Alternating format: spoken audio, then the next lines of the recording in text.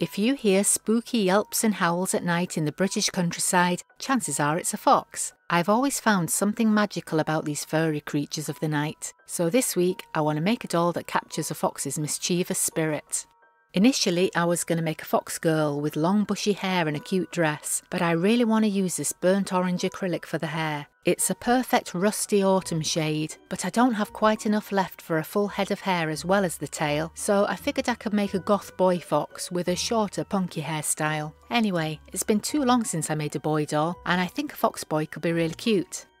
I most often use a ghostly white base fabric for my dolls, but as I'm making a fox, I decided on a warm tan colour for the head, hands and ears. This one is from the Moda Bella Solids range. Using a mid-tone means I can paint on some foxy face markings in white. I could have used the same fabric for the body and legs, but as he's going to be a goth fox, I decided to use some black. Some of this will be left visible to look like black skinny jeans. I'm using black and white stripes on the arms for a bit of contrast on the sleeves. I need to stuff all these pieces with kapok fibre, apart from the ears which will be left unstuffed. Then I'll close the seams and put it all together.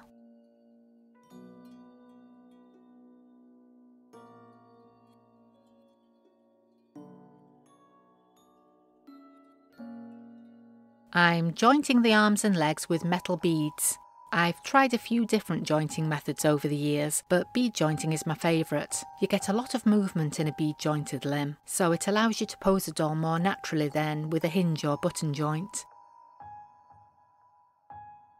If you want a really good guide on different doll jointing methods, Designing the Doll by Susanna Orian is an awesome book. I learned so much from it. I'll link that in the description.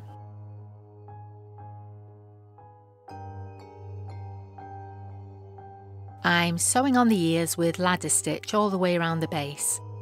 I thought I'd try a little fold in the front of them to make them look a little bit more ear-like.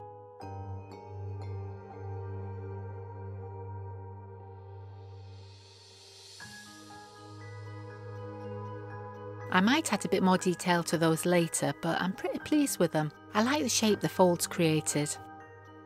I'm painting some boots in acrylics mixed with a bit of fabric medium. I tend to do this before I attach the legs to the body, as it's easier to handle the legs while I paint them. I'm also quite messy, so it stops me getting paint on the rest of the doll. I mostly use System 3 acrylics because the pigments are all vegan friendly. I think most of the budget student quality acrylics are made with synthetic pigments. These are absolutely fine to use on a cloth doll. You just need to be aware that the colours might darken a bit as they dry. I just want to give a quick shout out to Z, who's a member of my Spiderlings tier on Buy Me a Coffee. Z came up with the idea for the fox doll. If you'd like to become a member and get a shout out in a future video, I'll leave a link in the description. I'm shading around where the button eyes will be with Derwent Coloursoft pencils. Because I'm using a darker shade of base fabric than I normally would, I want to get this really dark so it stands out. Most of this will be hidden by the buttons, but that little bit around the edges and behind the holes really does make a difference to the depth of the eyes. This will need a coat of fixative spray to stop it smudging, so I'll work on the clothing while that dries and come back to the face later. I've made him a coat from black cotton. I've kept this really simple. It's going to be stitched to the doll later.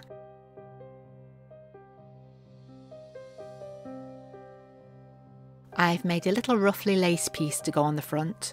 I'm going to do some more work on the face before I attach the clothes though, as I don't want to get paint on them. I've chosen some deep brown resin buttons for the eyes, with some lighter mottling around the edges. I think these will stand out well against the shading.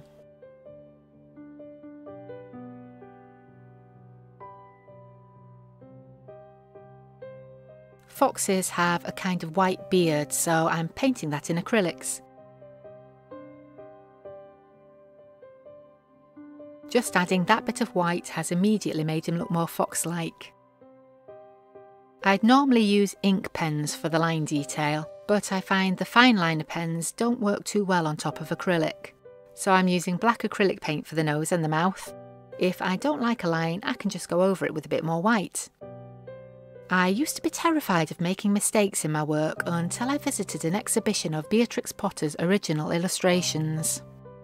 I loved her books when I was little, and it was so cool to see her originals in person.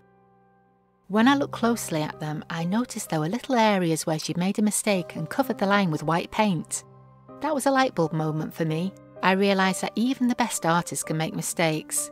It's how you deal with them that matters. I'm not going to add the usual swirly patterns on the eyes. I think it could make him look a bit too feminine, but I couldn't resist giving him a little ear tattoo. Now I just need to figure out how to sew the coat onto the body.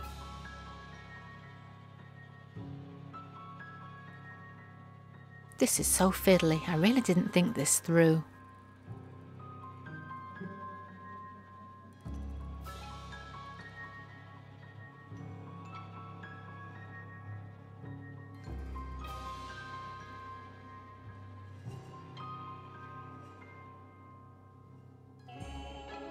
You may have noticed I didn't make sleeves for the coat. I'm jointing the shoulders over the top of it so the bead joints are kept visible.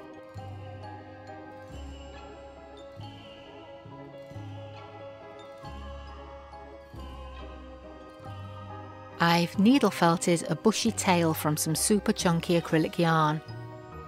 I'm going to be using the same yarn for the hair. I do have a felting mat somewhere, but I couldn't find it, so I'm using a scrap piece of foam. This works just as well. I was unsure whether to stitch the tail to the doll or to felt it. I don't want to risk it falling off, so I'm going to do a bit of both. A couple of stitches will hold it in place, then I can needle felt some more of the yarn around it to make sure it's secure, and that'll also hide the stitching. I want to give him a big spiky mullet, but the sides are going to be really short. So I've unravelled some of the yarn and I'm needle felting a thin layer over most of the scalp area.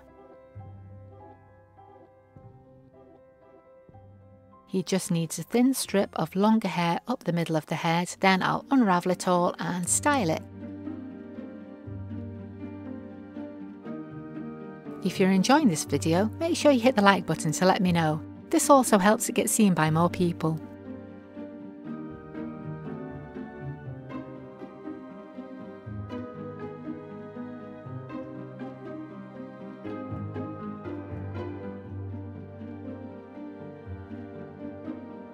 I'm using my trusty old Monster High brush to tease out the loose fibres.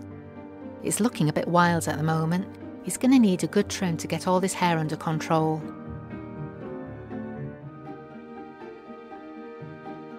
That looks awesome. He's giving me 80s new romantic vibes. Now he just needs some whiskers to finish him off. I'm using some Gutterman waxed linen thread for these.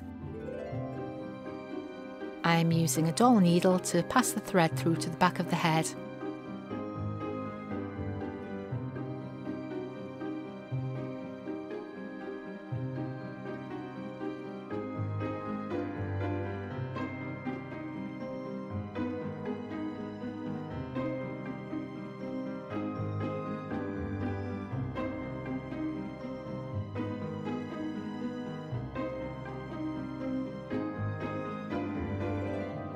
I'm using a bit of the hair that I brushed out earlier to felt over the knot at the back.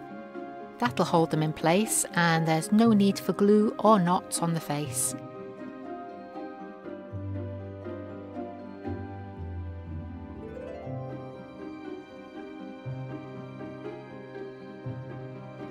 Perfect.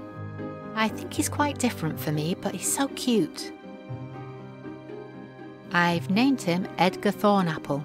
If you like this little guy, here's another doll I think you'll love. Check out the video on screen now and I'll see you next time. Bye!